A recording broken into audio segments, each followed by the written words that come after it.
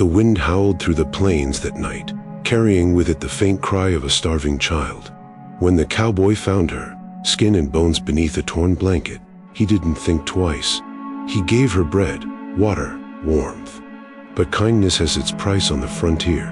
By dawn, hoofbeats thundered across the horizon. 200 warriors rode through the dust, surrounding his barn like a storm closing in. He didn't reach for his gun. Not yet, because sometimes mercy is the deadliest sin a man can commit. Before we ride deeper into the story, if the spirit of the old frontier still stirs your heart, the campfire tales, the courage, the dust, and the honor, then saddle up with us.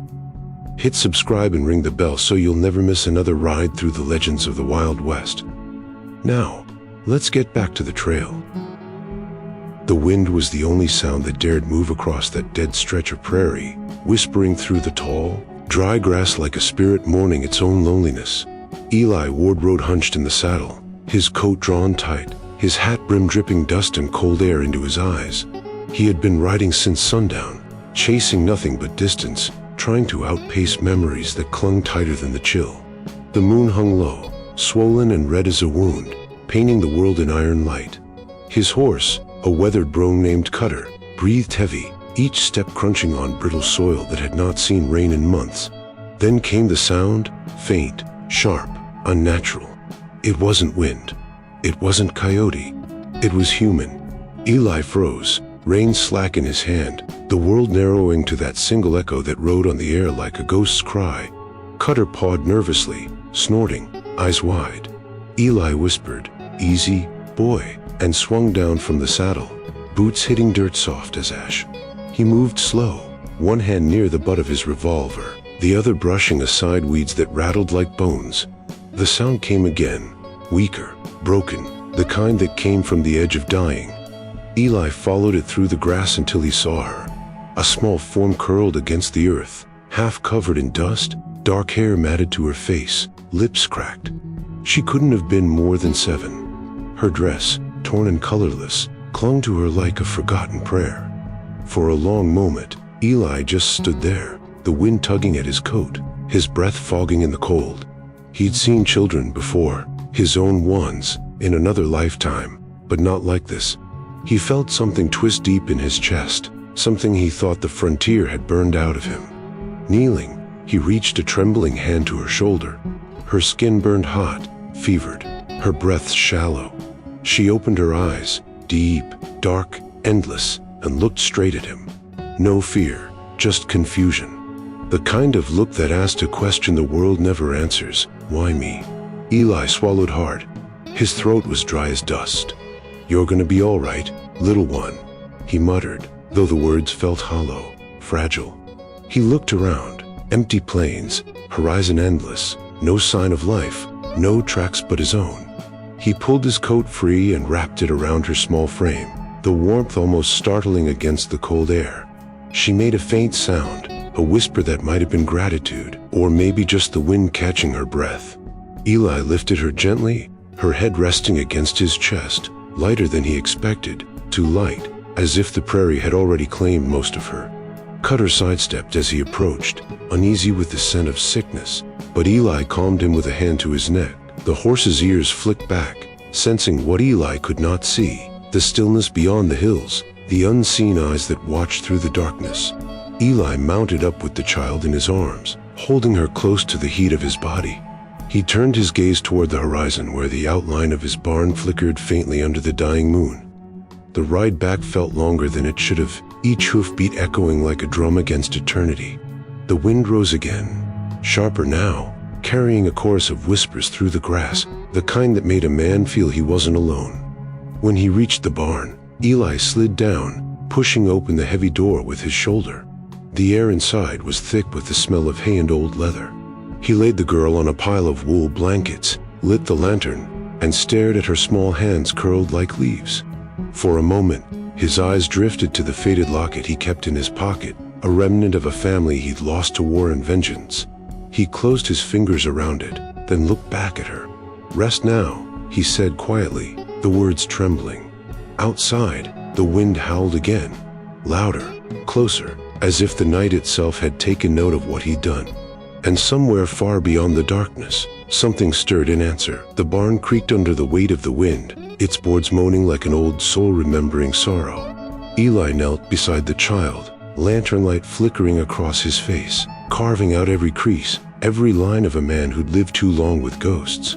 He dipped a rag into a basin of warm water, wrung it out, and wiped the dirt and blood from her small hands. She flinched once, then went still, her breath shallow but steady.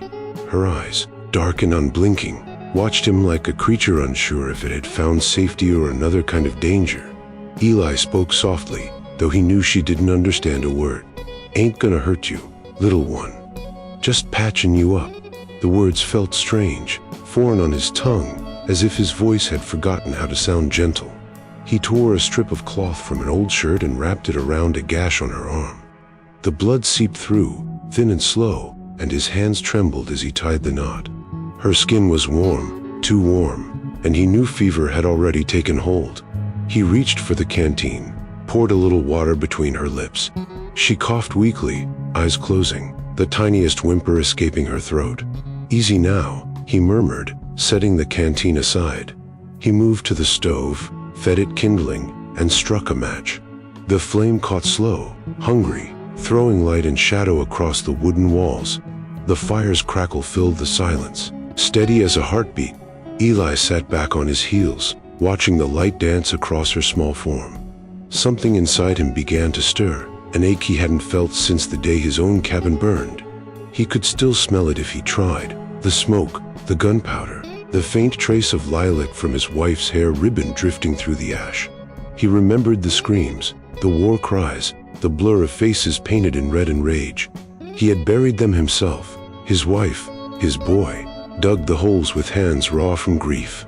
Since that day, he'd sworn never to feel again, never to reach for another soul. Caring had been a luxury he couldn't afford. But now, watching this frail child fight for breath beneath his roof, that oath felt hollow. He stared at her, at the curve of her cheek in the firelight, and something inside him cracked open. She stirred then, whispering a word he couldn't catch, soft, trembling, like a prayer carried from another world. Eli leaned in, straining to hear, but the word dissolved into the hiss of the fire. Her fingers twitched, reaching toward the heat, as if drawn to its promise of life. He took her hand gently and held it still. "Rest," he said, the word barely more than a breath. Outside, the storm had settled into a low hum, wind dragging itself across the land like an old beast too tired to roar. The barn smelled of smoke and damp earth. Eli poured himself a shot of whiskey from a tin flask, the burn searing a path down his throat. He looked at the girl again, still, fragile, her chest rising in small, uncertain motions, and he felt shame creep up his spine. For years he'd told himself the plains had no place for mercy, that kindness only fed the wolves waiting in the dark. But mercy had found him anyway, wrapped in a tattered blanket with eyes too knowing for their age. He sighed, dragging a hand down his face. "Guess I broke my own damn promise," he muttered. The words hung heavy in the air, a confession to no one. He set another log on the fire, its glow reflecting in her eyes as they fluttered open once more. And as the light filled the room, Eli felt the weight of something new, hope, maybe, or its ghost, curling its way back into a heart it thought was long turned to stone. Dawn came soft as a bruise, light leaking over the horizon like a secret no one wanted to shout, and with it, Eli noticed the first spoor. At first a single disturbed patch of ash beyond a lean-to, then another, and another, until the ground around his barn read like an accusation. He stepped out with a lantern still warm in his hand, the child's shallow breathing a small drum beat behind him, and found circles of prints pressed into the earth. Bare feet, toes played, the delicate arc of a child's step beside the heavy, deeper impressions of horses, hoofs struck with the careless, rhythmic certainty of riders used to long days and longer nights. They looped the property, not in haste but in patient encirclement, scout patterns, a ring that narrowed and widened as if those who made them were measuring, listening, debating. The ash from last night's stove lay in a thin film over everything, a boot print cut through it like a sentence crossed out. Eli's mouth went dry. He traced one print with a fingertip, feeling the gritty warmth of it. The soil still hummed with the memory of weight. For a breath, the world held absolutely nothing but that soundless reading of tracks, the tall grass beyond bowed, the sky a pale coin. The child slept inside, wrapped in his coat, her chest rising slow. He watched her through the barn door, the lantern light a small sun in the dim, and the sight of her made his knuckles tighten. He could have lifted the girl, carried her to the back loft, hidden her behind the sacks of seed, but there was a fierceness in him now he had known in years, a stubbornness that said stand your ground, be what you meant to be before the world taught you how to fear. Still, the prince told a different story than fear. They spoke of intent, of people who would move together and plan together. 200 sats, or so it seemed to his scrambled mind, though at that moment his counting was a rough stone thrown of the truth. Eli walked the perimeter, the circle of hoof and barefoot following his steps like a halo gone wrong. Each impression was a voice he could not translate. He crouched, placing his ear near the cold dirt, listening for echoes. He thought of the sheriff's warning, the town's whispering faces, the way gratitude curdled into suspicion when it crossed the color line. The plains had ears. Tonight they'd also birthed ties. Eli felt them, not some vague, fanciful sensation, but a precise, animal certainty, as if every tuft of grass, every knobby cactus, held a hidden pupil trained on his barn. The wind, which had been a singer last night, now lay quiet as an old thing holding its breath. Somewhere past the ridge, the low clatter of horses had ceased. The horizon was a line of statues. He stood taller, shoulders braced, the lantern's light trembling in his hand. Memory slid into him like a second skin. The last time men had gathered like that, a mob's roar had become a tide that took everything he loved. He'd learned then that numbers can be mercy or massacre, and the difference was often written in a single moment, a word, an offer, an arrow. He thought of the child's face, of how small she'd felt against his chest, how fragile hope could look. He thought of the oath he'd broken without meaning to, the promise never to let himself care, and how that act of care had already shifted the geometry of his life. The prints were a question he could not ignore. He moved back inside, closing the barn door with a slow shove, his shoulder knocking wood and sending a sigh through the rafters. He wrapped his coat tighter around the sleeping child as if the fabric could form a shield. He set the lantern on the bale and watched shadows pool and stretch, watching the quiet change the way a man watches a trap being set.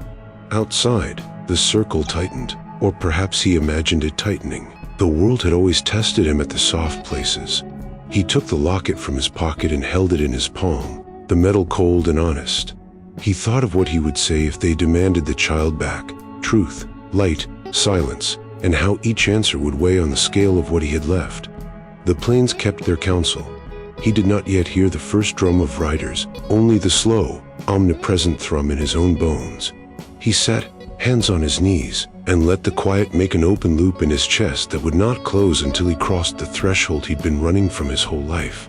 The morning sun had not yet burned the frost from the tall grass when Eli saddled Cutter, his movements quick, efficient, and haunted by the unease that clung to him like a second skin. The child still slept inside the barn, wrapped tight in his old coat, her fevered breathing softer now but fragile, like something borrowed from another world. Eli hesitated before leaving, his hand resting on the door latch, eyes scanning the distant ridge one last time. The memory of those tracks burned into his mind like brands. He mounted Cutter with a grunt, the leather creaking beneath his weight, and urged the horse toward the dirt road that led to town. The plains were quiet, too quiet, save for the rhythmic thud of hooves and the low murmur of wind dragging itself across the land. Every shadow felt like a watcher, every flicker of movement in the grass a warning whispered through the earth. He rode harder, as if the silence itself were chasing him. The settlement of Red Bluff appeared over the next rise, a scatter of wooden buildings clinging to the edge of desolation, a saloon, a church, the sheriff's office squatting between them like a wary mediator. As Eli rode in, heads turned. A pair of ranch hands stopped shoveling grain, eyes narrowing. A woman carrying laundry froze mid-step, clinching the fabric to her chest as if it were a shield. The air was thick with that peculiar stillness that comes before gossip turns to violence.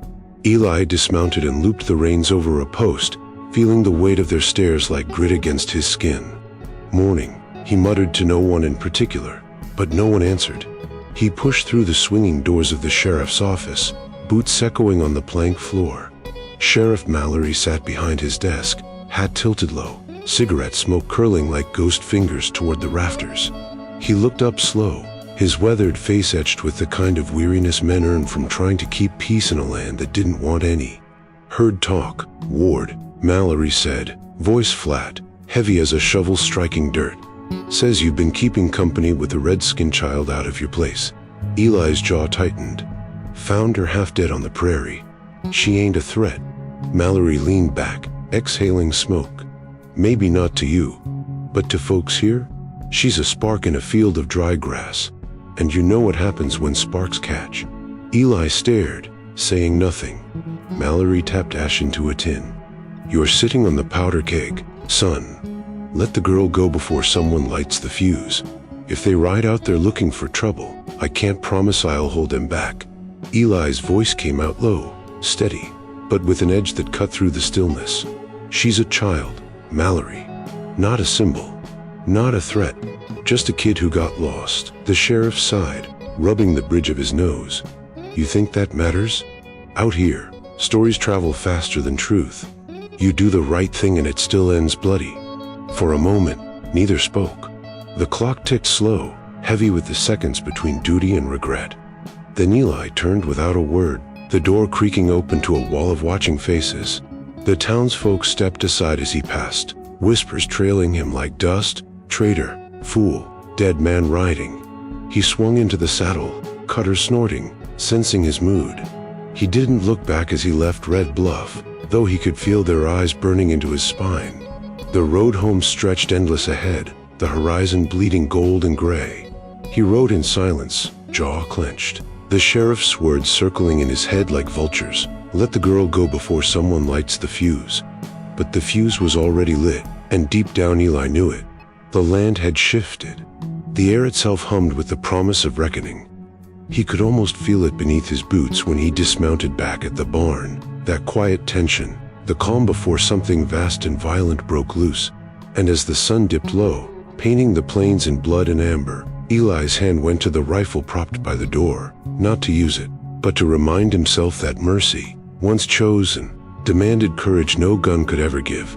The night began with silence so thick it pressed against the ribs, and Eli felt it long before he heard the first sound, a low rumble that seemed to crawl up from the ground itself, shaking the boards beneath his boots. Cutter shifted uneasily in his stall, nostrils flaring, eyes wide with a fear older than words. Eli rose from his chair, the lamplight flickering across his face, shadows cutting deep furrows into his withered features. He reached for the rifle leaning by the door, not out of intent but instinct, the kind of muscle memory that came from too many years on the edge of violence. Outside, the prairie stretched wide and pale under the bruised light of a dying moon. Then came the thunder again, steady, rhythmic, not skyborn but earth-fed. Hoofbeats, hundreds of them. The sound rolled across the plains in waves, each one nearer, heavier, until it became a pulse that set the air trembling.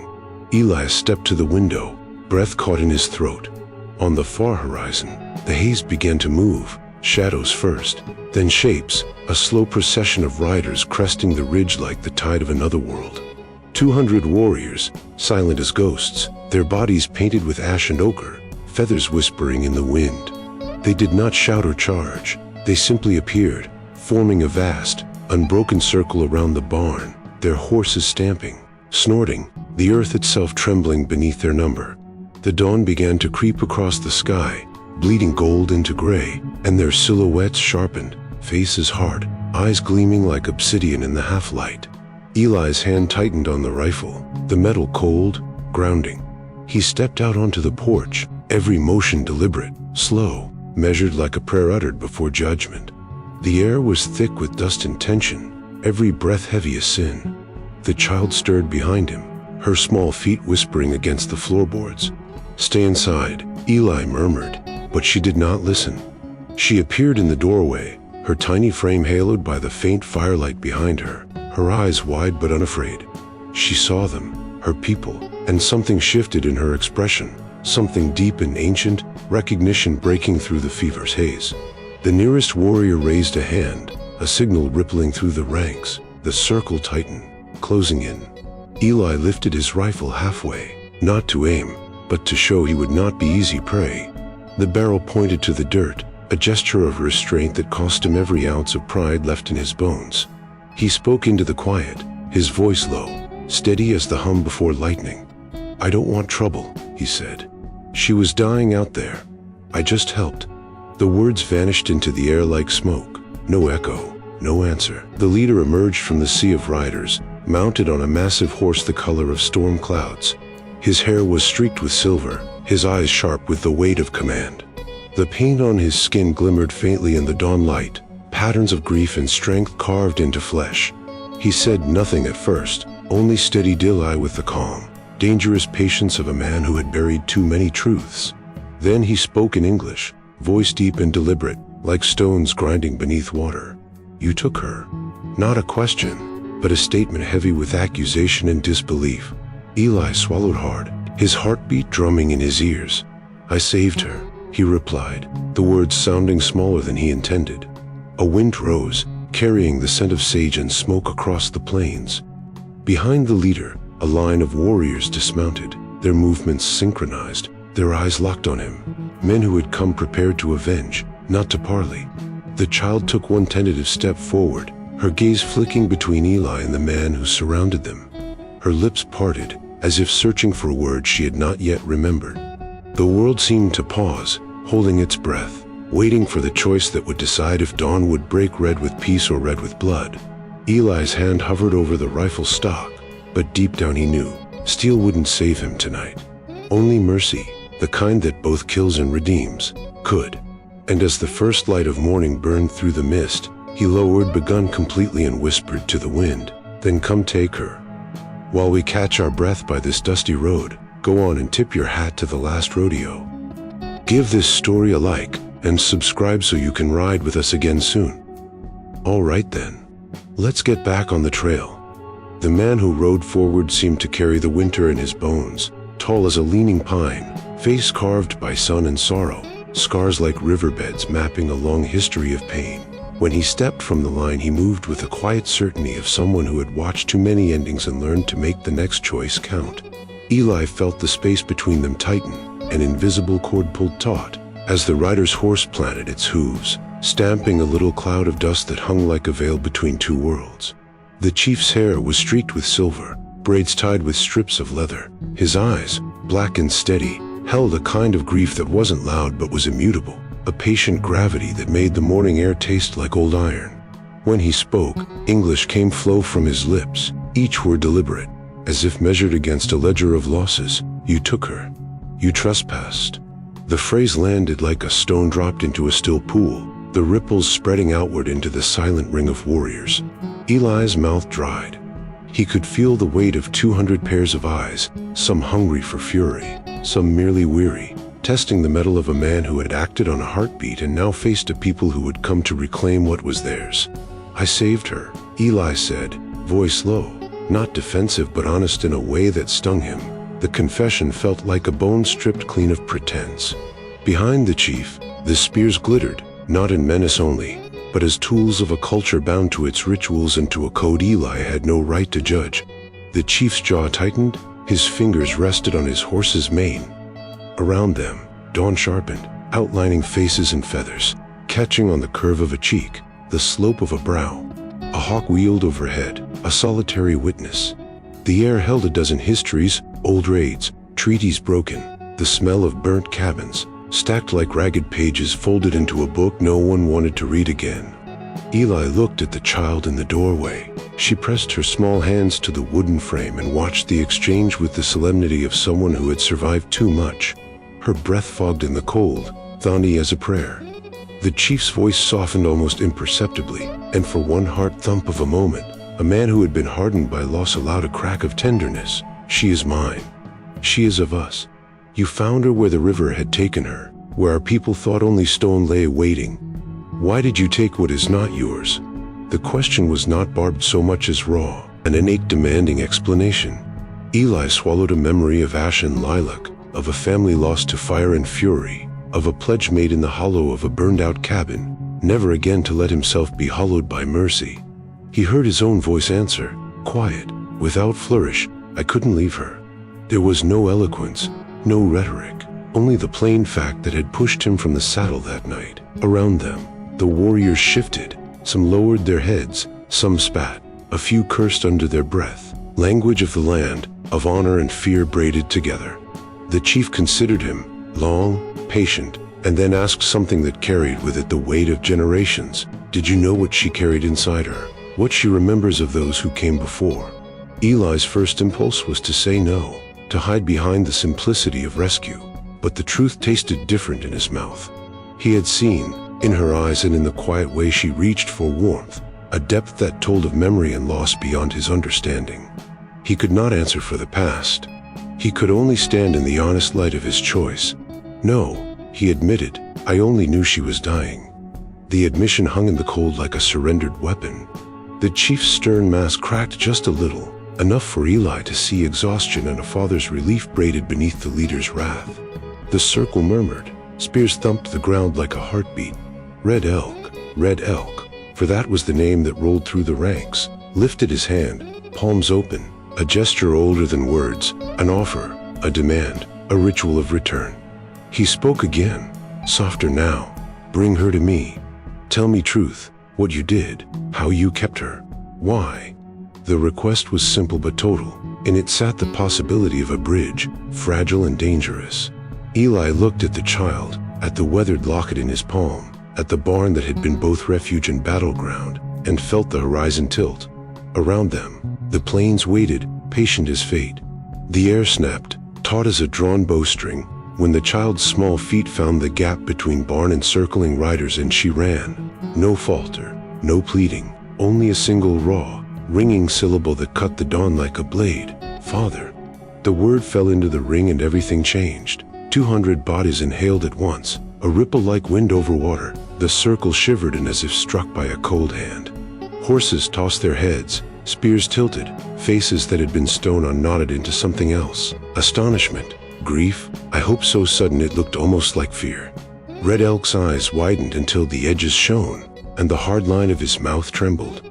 He slid from his saddle with the quiet surety of a man who has borne unbearable weights and always stood. For a heartbeat the world narrowed to the smallness of that girl running through the dust, her hair a wild banner, the barn's withered boards a frame for a reunion no one fully believed could come true. Eli stood rooted on the porch, rifle lowered, hands open at his sides like a man who had nothing left to hide and everything to lose. The child barreled past him without a glance, flinging herself at the nearest rider, Red Elk, who met her as if meeting a memory he had rehearsed in the dark. He knelt, and for the first time in the morning the chief's mask cracked, grief that had carved his face smoothed, and a tenderness poured out of him as if from a river finally uncorked. He scooped her up, body folding around hers with the careful motion of someone afraid that rough hands might bruise what remained of fragile life.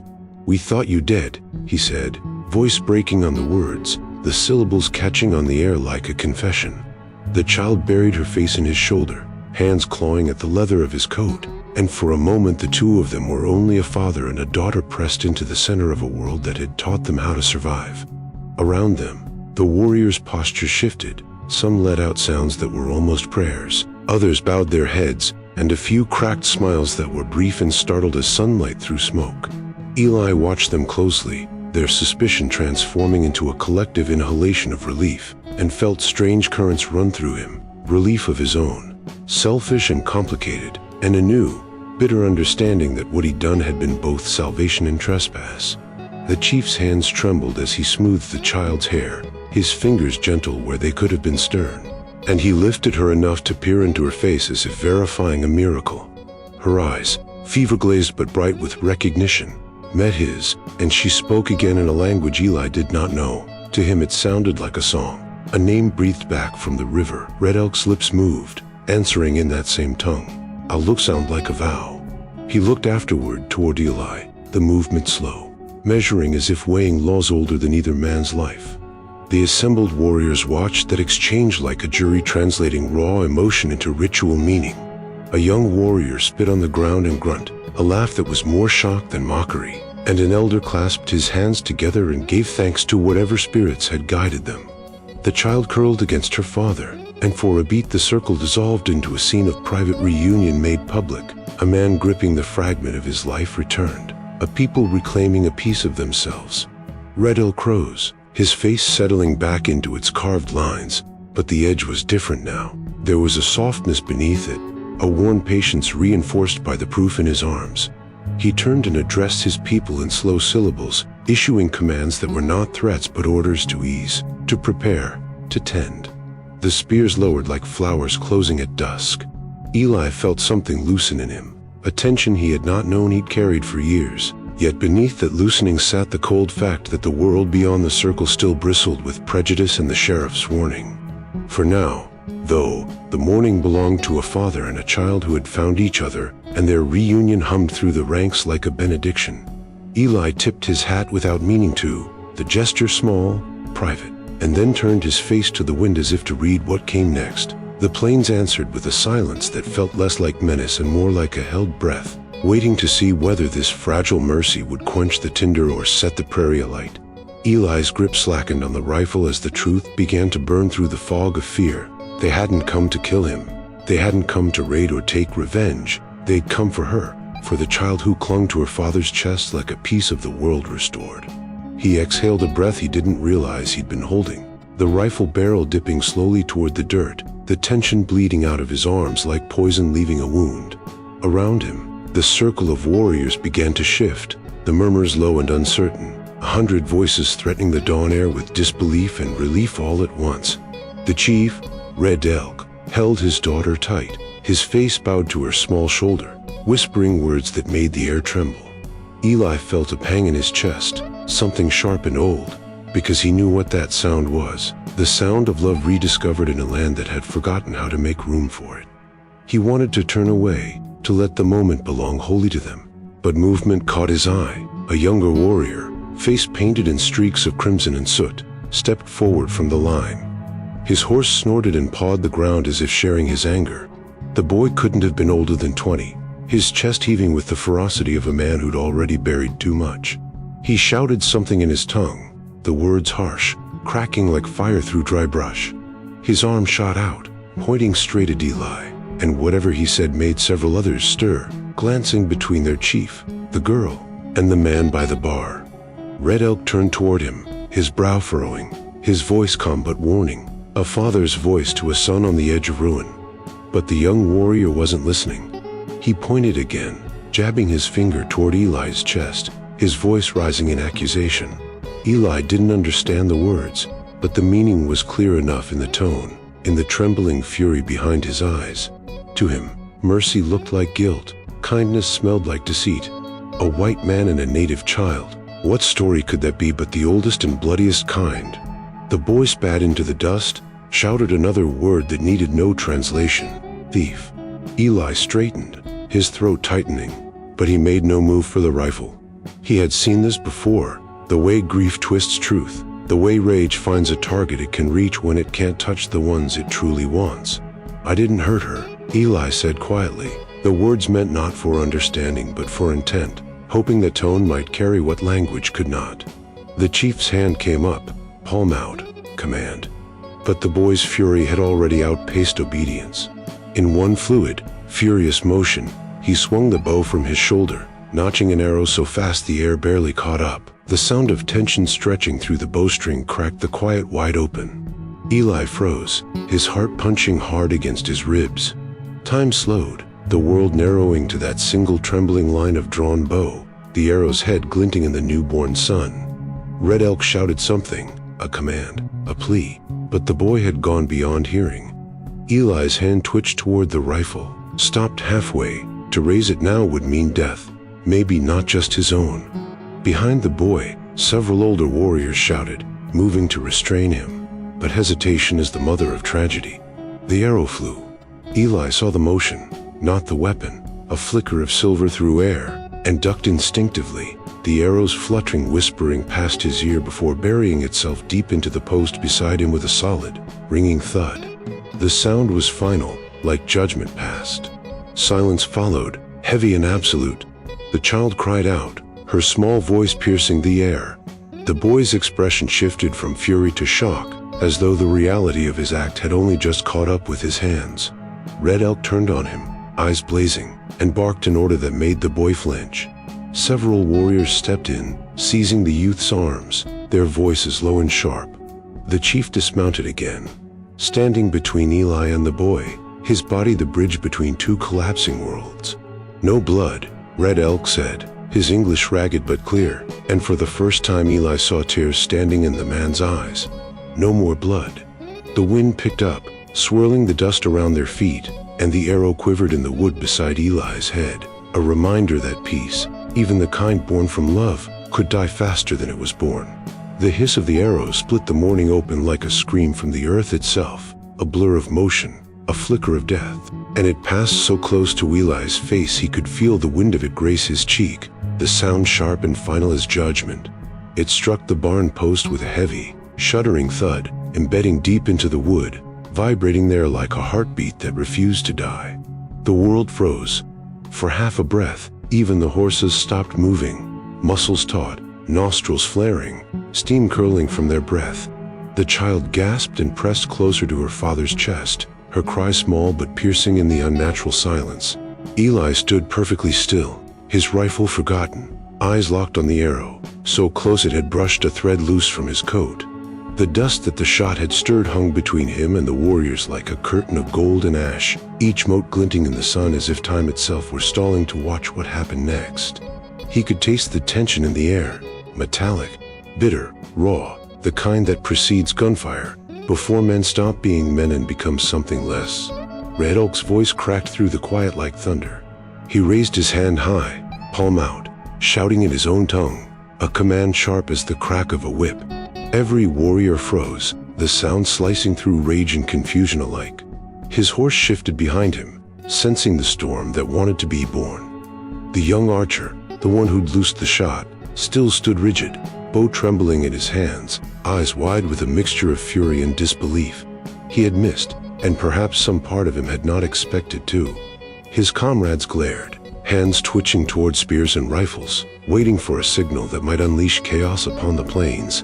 Eli's heart pounded in his chest, his breath shallow. He could feel the pulse in his fingertips, the tremor that wanted to drag his hand toward the weapon at his feet. But he didn't move. He knew that a single twitch could be enough to turn the prairie red. Instead, he raised his hands slowly, palms open, showing the empty spaces where his gun could have been. "I don't want to fight," he said, voice low, rough, but steady enough to carry. "I didn't come to take. I came to give." The words rolled over the air like stones over water, ripples, not waves, and though few understood them, the tone spoke its own truth. The chief's gaze never left him. Red Elk's arm remained lifted, muscles tense beneath the leather bands. "No blood." He barked again, this time in English, the words broken but thunderous, echoing across the plains. The warriors hesitated, caught between the discipline of their leader and the old hunger for vengeance that history carved into their bones. The horses shifted, stamping at the dirt, tails whipping, the sound of hooves against hard ground filling the silence with threat. One older warrior moved beside the chief, muttering something urgent, his eyes darting from the arrow in the wood to Eli's unmoving form. Slowly, Red Elk lowered his hand, but the authority in the gesture held the air like a leash. Eli met his eyes and saw not hatred there, but exhaustion, a weary understanding born of too many burials. Behind them, the child whimpered softly, whispering words to her father in their language, her small fingers clutching the beads around his neck. Her voice was the sound that cracked the spell. The warriors' shoulders softened, their blades lowering just an inch, though their eyes stayed sharp. Red Elk turned to his people, voice rising again, calmer now, commanding them to stand down. Eli understood none of the words, but he recognized the tone, not surrender, but restraint. Still, the world held its breath, waiting to see if pride or mercy would win. The arrow remained lodged in the post beside the Eli, trembling slightly in the morning wind, a symbol of what almost was, and what could still be. Red Elk took one slow step forward, his boots grinding the dust. "No more blood," he repeated, eyes on Eli, then on his people, his voice carrying the authority of one who had lost enough to know the cost of more. The plains seemed to exhale then, the horses relaxing, the warriors lowering their weapons, the wind finally daring to move again. Eli didn't speak, didn't move, only nodded once, the faintest acknowledgement that peace, fragile, flickering, still lived, hanging by the same thin thread that arrow had just cut through the dawn. The dawn had settled into that bruised half-light that comes after violence almost happens but doesn't, when even the wind seems afraid to move too loudly for fear of breaking the truce hanging fragile in the air. The warriors stood still as carved idols, their faces caught between vigilance and disbelief, while the horses, restless and steaming in the chill, pawed at the dust that smelled faintly of sweat and rain. Red Elk stepped forward through the circle, the ground whispering under his boots. He stopped a few paces from Eli, the child still clutched against his chest, her small hands tangled in his braids. The old chief's eyes, black, ancient, and too full of memory, locked on Elias with a quiet weight that pinned him harder than any weapon could. When he spoke, his voice was low, shaped by gravel and grief, each word slow enough that it seemed to draw breath from the very earth. "The river took her," he began, and the murmur that rippled through the gathered warriors told Eli that this story had already lived long in their hearts. 3 weeks passed. The storm came from the north. It tore down trees, ripped the ground open. Our lodges near the bend, gone. He paused, his throat tightening as he looked down at the child. The river swelled like it was alive, angry, hungry. We searched the banks. We found her doll in the reeds. We found her footprints in the mud.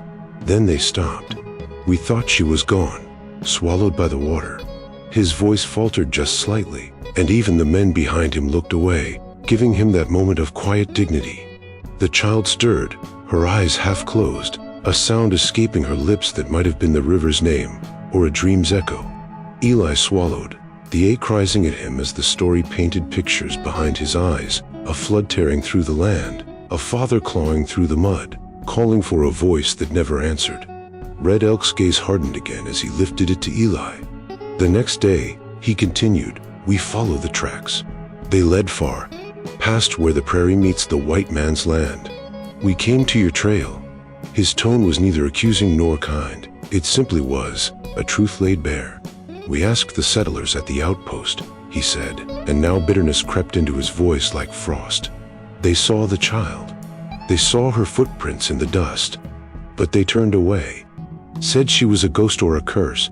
Said she was not their problem. So she walked alone." The word alone hung heavy, terrible, until even the horses quieted. Red Elk's eyes burned into Elias, the space between them now filled with something more dangerous than hate, understanding. "You," the chief said slowly, "you stopped." Eli blinked, the words landing heavier than praise. He didn't answer. There was nothing to say that wouldn't sound smaller than the truth. He had stopped because he couldn't do otherwise, because something in him, a broken oath, an old scar, had demanded it. Red Elk studied him for a long time, as though measuring not the act but the man who had done it. "A man's heart," he said at last, his voice dropping to a whisper that carried farther than a shout, "shows itself when no one sees." Eli's throat tightened. He thought of the girl's small body trembling in his arms that night, the cold in her bones, the fevered breath on his chest. He thought of how quiet the prairie had been before her voice returned to it. "You think you know mercy," Red Elk went on, softer now. "But mercy is a river too. It carves what it touches, changes the shape of the land. You gave it, and now it has claimed you." The child stirred again, her hand brushing her father's chin, and the moment softened. The warriors shifted uneasily, unsure if peace had replaced the tension or only paused it. Eli met the chief's gaze once more and nodded, a small motion, but it carried the weight of a man accepting a truth he didn't know how to live with. Between them, the wind rose again, carrying the faint smell of water from somewhere unseen, as if the river itself was listening, winding its way through the silence to remind them both that nothing lost stays gone forever. It just changes course.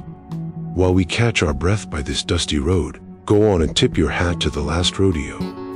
Give this story a like and subscribe so you can ride with us again soon. All right then, let's get back on the trail. The prairie held its breath as morning stretched wide across it, the sky now a pale blue streaked with gold where the sun began to bleed through the last remnants of night. The wind had gone still again, but this time, the quiet didn't feel like danger. It felt like recovery, like the deep sigh that comes after a wound has stopped bleeding.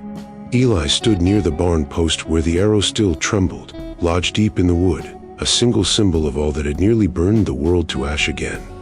The warriors watched him in silence, their eyes following his every move, uncertain of what came next. Red Elk stood opposite him, his daughter in his arms, her small head resting against his shoulder.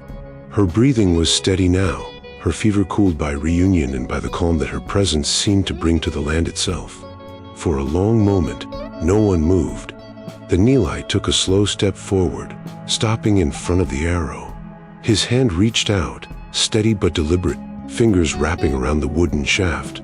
The tip had sunk deep into the grain, and it took effort, more than he expected, to wrench it free. When it came loose, it left a small hole behind, the kind that would let light through when the sun hit just right. He turned the arrow over in his hands, studying the black fleching, the sharp stone tip, the craftsmanship that spoke of patience, purpose, and pain. Then, without looking away from Red Elk, he walked a few paces toward the open stretch of dirt near the fence line and knelt. The ground there was soft, still damp from the morning dew. He drove the arrow into the soil, not upright, not as a claim of victory or defiance, but flat, pressing it down until it vanished beneath the surface. His hands lingered on the earth, fingers brushing the dirt back into place as if ducking in the dead. The warriors shifted, watching the gesture, understanding even if words had not yet bridged their worlds. Eli straightened slowly, pressing his palms against his coat, and looked to the chief. "You don't owe me thanks," he said, voice rough but steady, the quiet strength of truth carrying more weight than any apology. "Just peace." The words hung between them, fragile as the morning mist, and then Red Elk nodded, a slow, solemn movement that carried the weight of generations behind it. The old chief's eyes softened, and he shifted the girl slightly in his arms, his voice low but clear when he finally spoke. "Peace," he echoed, the syllables heavy with meaning. "For her, for you, for the ground between us." Eli's jaw clenched, his throat tight, because somehow the simplicity of that word hit harder than any weapon could have. The young warrior who had fired the arrow stood a few steps back, shame carved deep into his face. His bow hung loose at his side, forgotten. Red Elk looked at him once, no fury, no words, only the kind of gaze that taught without speaking. The boy lowered his head. Around them, the tension began to melt away, subtle but unmistakable, like frost thawing under the slow warmth of dawn. The warriors who had come ready for vengeance began to murmur among themselves, some nodding toward Eli, others looking at the child as if seeing her anew. One dismounted, then another, until horses snorted softly and stamped the dirt in restless peace. Red Elk stepped closer to Eli, extending his free hand. For a second, the cowboy hesitated, then took it. Their palms met, rough, calloused, the handshake of men who had built, lost, and endured. No promises passed between them, but something older did, an understanding that even across divides cut by blood and history, respect could still bloom in the ashes. The girl stirred, blinking up at Eli with eyes that seemed to hold the whole horizon inside them. She reached out, a small hand brushing his sleeve, and in that fleeting contact, he felt the strange, wordless absolution that only a child could give. The chief turned then, lifting his chin toward his people, and they began to disperse, their voices low, their anger cooled like the embers of a dying fire. Eli watched them go, the wind finally stirring again, carrying the scent of sage and dust, the sound of hoofs fading into the distance. He looked down once more at the patch of earth where he had buried the arrow, sunlight now glinting faintly off the disturbed soil, and thought to himself that maybe this was how peace began, not with speeches or treaties, but with a single act of putting something deadly into the ground and leaving it there. The first light of dawn crept over the horizon like a slow forgiveness, turning the plains from gray to gold, from shadow to something that looked almost like hope. The warriors, now quieter than the wind itself, began to move in a kind of sacred rhythm, saddles being lifted, reins tightened, soft murmurs in their native tongue weaving through the crisp morning air. Smoke from the dying fire curled lazily upward, carrying the last traces of the night's tension into a sky too wide to hold grudges. Red Elk stood beside his horse, his daughter cradled in one arm as he spoke softly to two of his men, their faces solemn but at peace. The girl, no longer trembling or fevered, looked stronger in the morning light, her eyes reflecting the same endless horizon as her father's. Eli stood near the barn, one hand resting on the rail, the other hovering near the locket he kept in his pocket, the same one that once held the faces of those he had loved and lost. The barn behind him bore the scar of the arrow still buried in its post, but the rest of the land felt cleansed, washed by something unseen. He watched as the first riders mounted, their horses whose stirred the dust into golden clouds that glimmered in the early sun. For the first time in a long while, he didn't feel the urge to reach for his rifle. Red Elk met his eyes across the open space between them, a look passing that was equal parts respect and finality. No handshake this time, no words, just that quiet understanding that both men had given something of themselves to the dawn. The child, wrapped in a soft blanket of woven colors, was lifted onto her father's horse.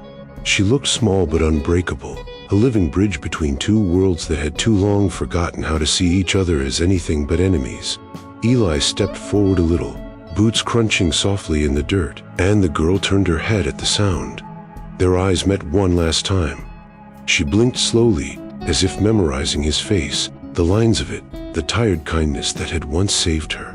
Then she lifted her hand, not a wave, but a gesture older than speech, her small palm raised in silent gratitude.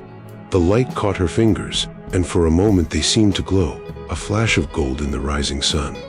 Eli's throat tightened, but he managed a small nod, lifting his hat in return, tipping it low in that old, wordless cowboy way that meant respect, farewell, and something more, a promise that memory itself was sacred.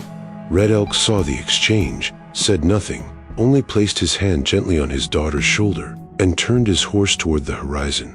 The others followed, their silhouettes long and graceful against the amber light, the rhythmic sound of hooves blending with the soft hum of the wind.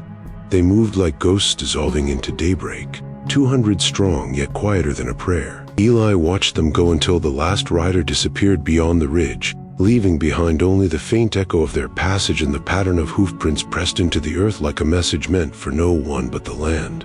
He stood there for a long while, the sun warming the back of his neck, the silence now a companion instead of a curse. He could still see the girl's eyes in his mind, the way they had looked at him, not as savior, not as stranger, but as something painfully human. He realized then that maybe peace wasn't something people signed or declared. Maybe it was something that lived in the space between gestures, between the lowering of a weapon and the tipping of a hat. Behind him, Cutter whinnied softly, shaking his mane, and Eli turned back toward the barn. The light had reached it now, painting the wood in a soft gold that made even its scars look beautiful. He glanced once more toward the horizon where the riders had gone, his lips parting as if to say something, but no words came. Instead, he exhaled, the sound almost like a laugh, quiet and tired and free. Then he touched the locket in his pocket, felt the pulse of the morning inside it, and walked toward the open door, leaving footprints that the sun quickly filled with light.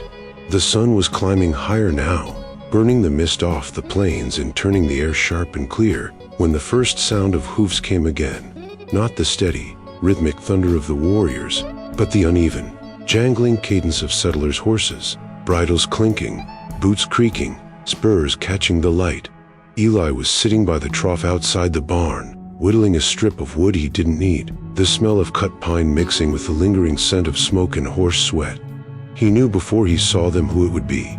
Sheriff Mallory rode in at the front, the star on his chest dull in the glare, his expression tight with the kind of worry men wear when they're ready to kill in the name of peace. Behind him came 6 others, ranch hands, townsmen, a pair of boys too young to shave but old enough to hate. Their rifles glinted in the morning light, already raised just high enough to make a statement. Eli didn't move. He set the knife down beside him, dusted his hands off on his trousers, and looked up as the posse drew near, their horses stamping and snorting in the dirt, nostrils flaring at the scent of something unfamiliar, tension, maybe, or the faint trace of the people who had ridden out hours before. "Ward," Mallory called, his voice firm but cautious. "You all right?"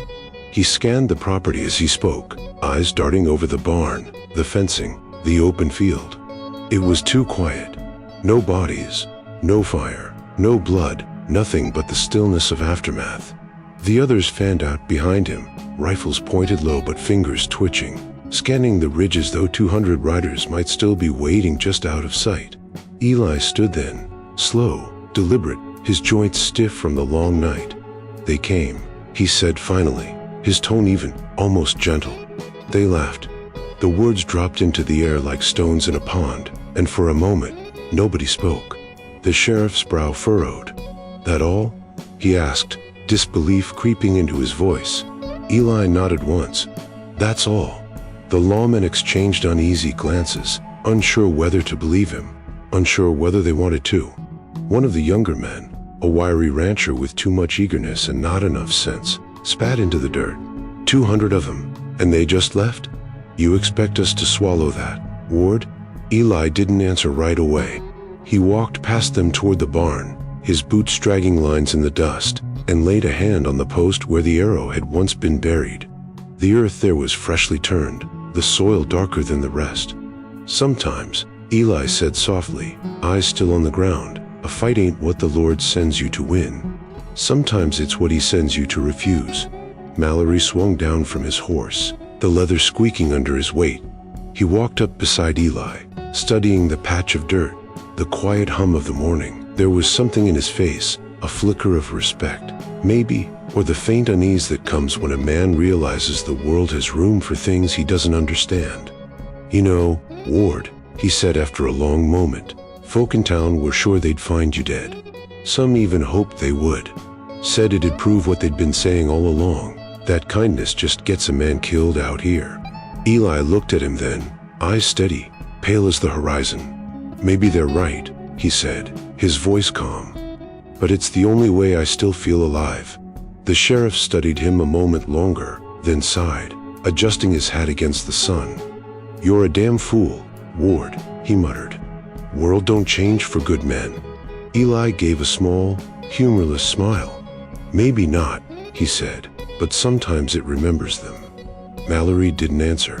He turned to his men, waving them off with a motion of his hand.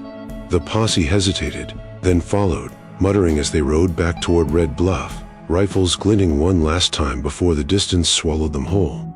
When they were gone, Eli stood alone again beside the barn, the wind picking up just enough to lift the dust and scatter it eastward, toward the place where the warriors had disappeared. The day stretched out before him, quiet and wide, the kind of peace that felt both earned and fragile. He reached into his pocket, thumped the locket, and whispered to the emptiness. They came. They left. But in the silence that followed, he knew they hadn't really left at all. Not the riders, not the child, not the echo of what they'd taught him. Some things, once they touch the land, never ride away. The night settled heavy and quiet over the plains, that kind of quiet that didn't feel empty but full of echoes, of breath, of things the land remembered even when men tried to forget. The fire crackled low in the hearth, its light spilling across the worn boards of the barn, painting the walls in flickering shades of amber and gold. Eli sat in his old wooden chair beside it, his hat resting on his knee, his face half hidden by shadow. The wind outside had softened from the restless howls of the days before. Now it moved gentle through the prairie grass, humming like a lullaby meant for the weary. It slid through the cracks in the barn walls, carrying with it the scent of earth and sage, whispering stories of where it had been and what it had seen. Storms, wars, the weight of hooves, the memory of a child's laughter fading into the horizon. Eli stared into the fire, watching the way the flames twisted and bent like spirits dancing, and for the first time in a long while, he didn't see ghosts. He saw warmth. He saw life. His eyes drifted to the corner of the room, to the empty bed of straw and wool blankets where the girl had slept. The indentation was still there, faint but visible, a small hollow pressed into the shape of a memory. It caught the firelight just enough to make it shimmer, and he found himself smiling without meaning to. He thought of how quiet she had been, how she'd watched him with those dark, searching eyes, her silence heavier than words. He thought of her laugh, the rare sound it had made, soft but bright, like something fragile breaking through years of dust. Now she was gone, and yet the space she'd filled hadn't closed. It pulsed there still, an echo that made the barn feel not empty, but alive. Eli reached into his coat pocket and pulled out the small wooden carving he'd whittled that first night when sleep wouldn't come, a tiny horse with one ear chipped off. He turned it over in his hands, tracing the rough lines with his thumb. He wasn't sure why he'd made it then, only that it had felt like the right thing to do. Like shaping a piece of hope from nothing, he set it gently on the windowsill, where the moonlight could touch it, and for a moment he imagined her finding it someday, when she was older, when she could understand the kind of love that doesn't ask for anything in return. The fire popped, pulling him back. His gaze wandered to the rifle propped in the corner, dust collecting along the barrel. He hadn't cleaned it, hadn't needed to.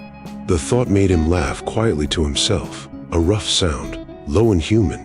He leaned forward, resting his elbows on his knees, and let his eyes fall shut.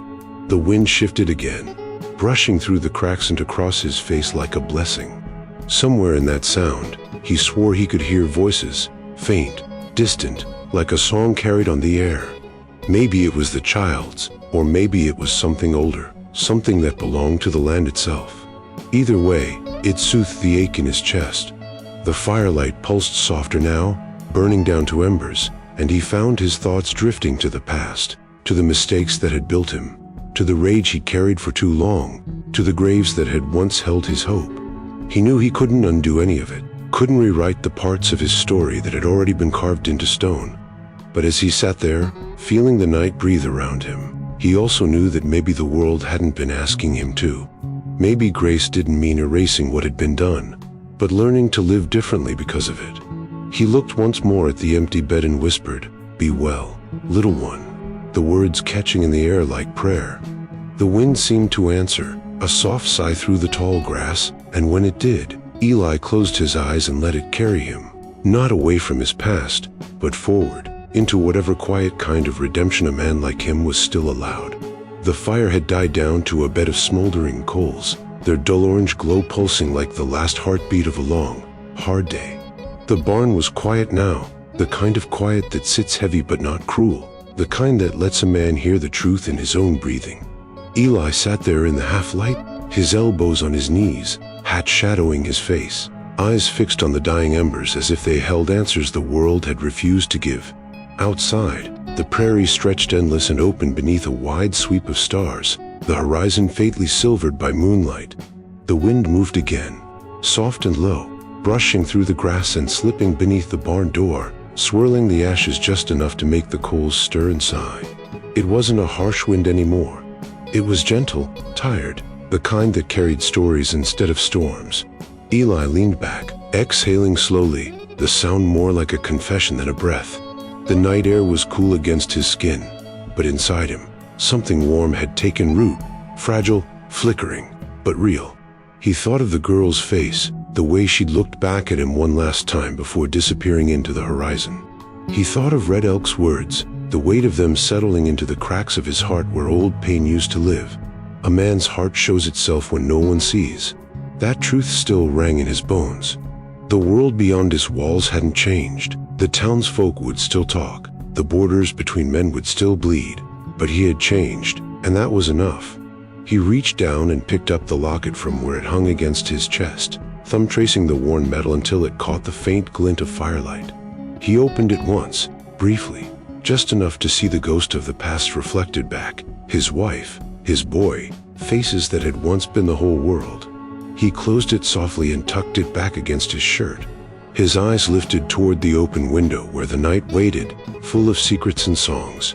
When he finally spoke, his voice was low, roughened by dust and age and the weight of everything he'd lost, but steady.